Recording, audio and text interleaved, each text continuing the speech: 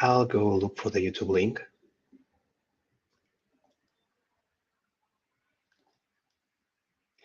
I kind of found a way to have the link in advance, but it's something that I need to do manually each day. Might be worth it. I'll give it a try next week. In the meantime, we'll keep waiting for the link until it appears. Okay, got it.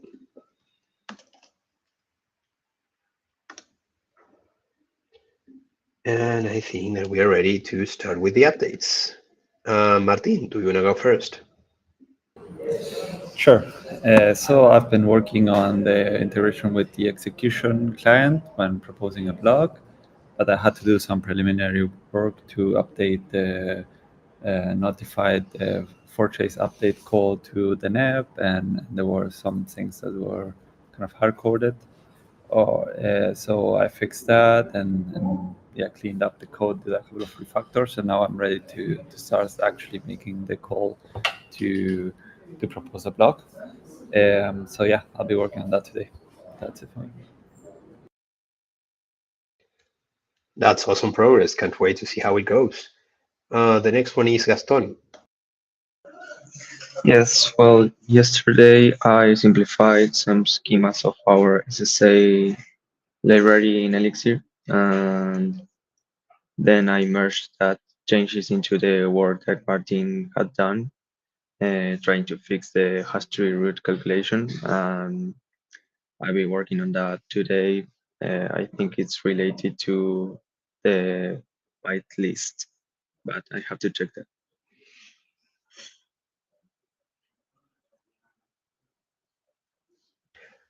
Sorry, just to clarify, you said that you worked on the schema simplification, and you said that something was merged. Was the schema simplification merged, or was the hash tree root part merged? Sorry, can you repeat, please? Yeah, sorry.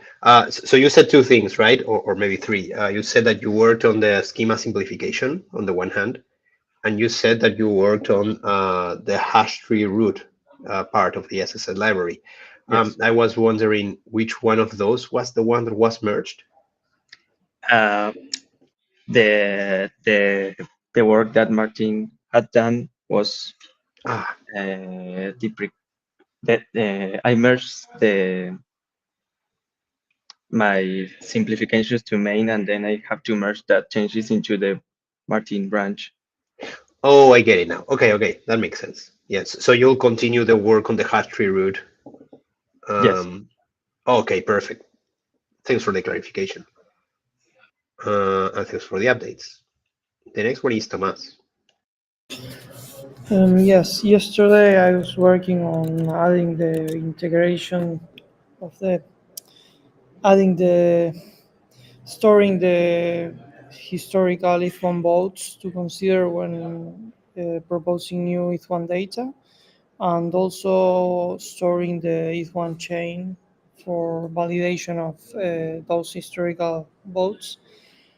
I'm still working on that. For now, I think I won't use the new endpoint for the new functions for communication with execution client. Uh, to simplify, for now we won't be processing deposit logs. Maybe we'll add it later, but to simplify the communication with the execution client, we'll just get the execution payloads from the beacon blocks.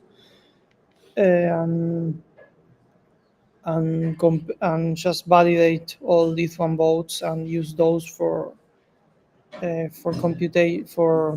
choosing the new with one data. With that, we'll have valid blocks until,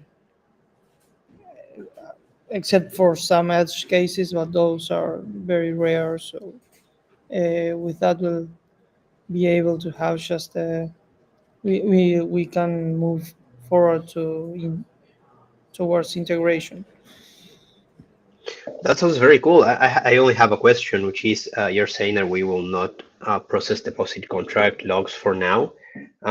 What's the disadvantage of that? Are we not, for instance, able to update the validator list, or can we get that from a different place? We can't add new validators to validator lists, but that happens. That doesn't happen so often.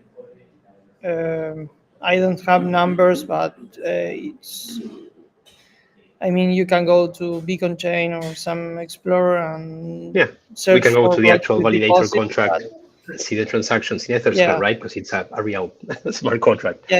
but the rate in which they are processed in the Beacon Chain is not is really That's true. fast compared to how how much the ETH1 data that's used to process those is updated. So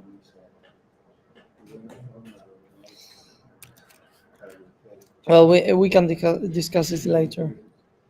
Yep, yeah, we can do that. Thanks for the update. Sorry that I'm prying a little bit on that. I just want to make sure that we're taking the right decision. But everything you told me makes a lot of sense.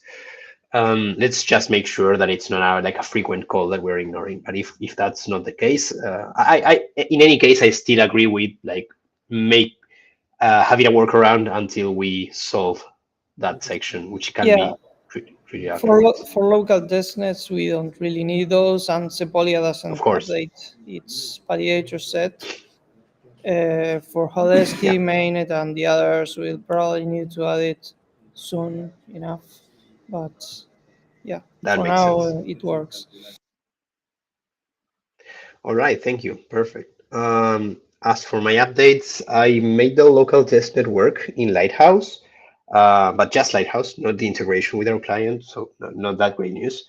I was missing some configuration, but the testnet is, I think, fully working. The logs are pretty unclear in some parts. But outside of that, I have something that I encountered yesterday was that Lighthouse, when they set up a local testnet, they generate a YAML file with configs, right? And what I thought is that this YAML file was supposed to kind of replace, like for instance, the mainnet or the config files, the YAML files that we have, not the presets, but the actual configs. But I did a comparison on the values, and we are missing we are missing 64 values. I am now making a list of which values we're missing. When I say we are missing, I mean the Lighthouse YAML. So I'm trying to see categories, and for instance, that file is missing fork versions, networking config, and other kind of values. I'm trying to make sure if there's a pattern and where do they get those when they spin up the Lighthouse beacon nodes the for the local testnet, because they do get those values from somewhere, but not from the config file. So I'm trying to see if all of those are passed by parameters or if they do something different than us.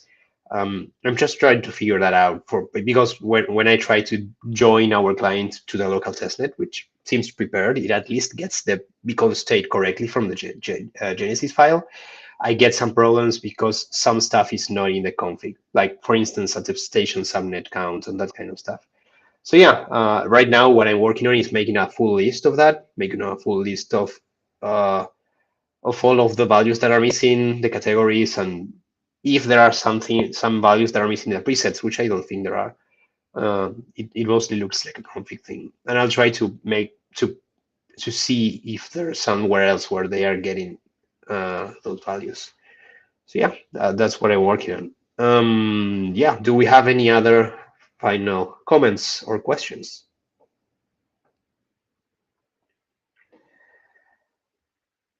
All right, I think that we can finish the daily for today then. Thank you for joining. See you all tomorrow. Well, actually, today's Friday. See you all on Monday.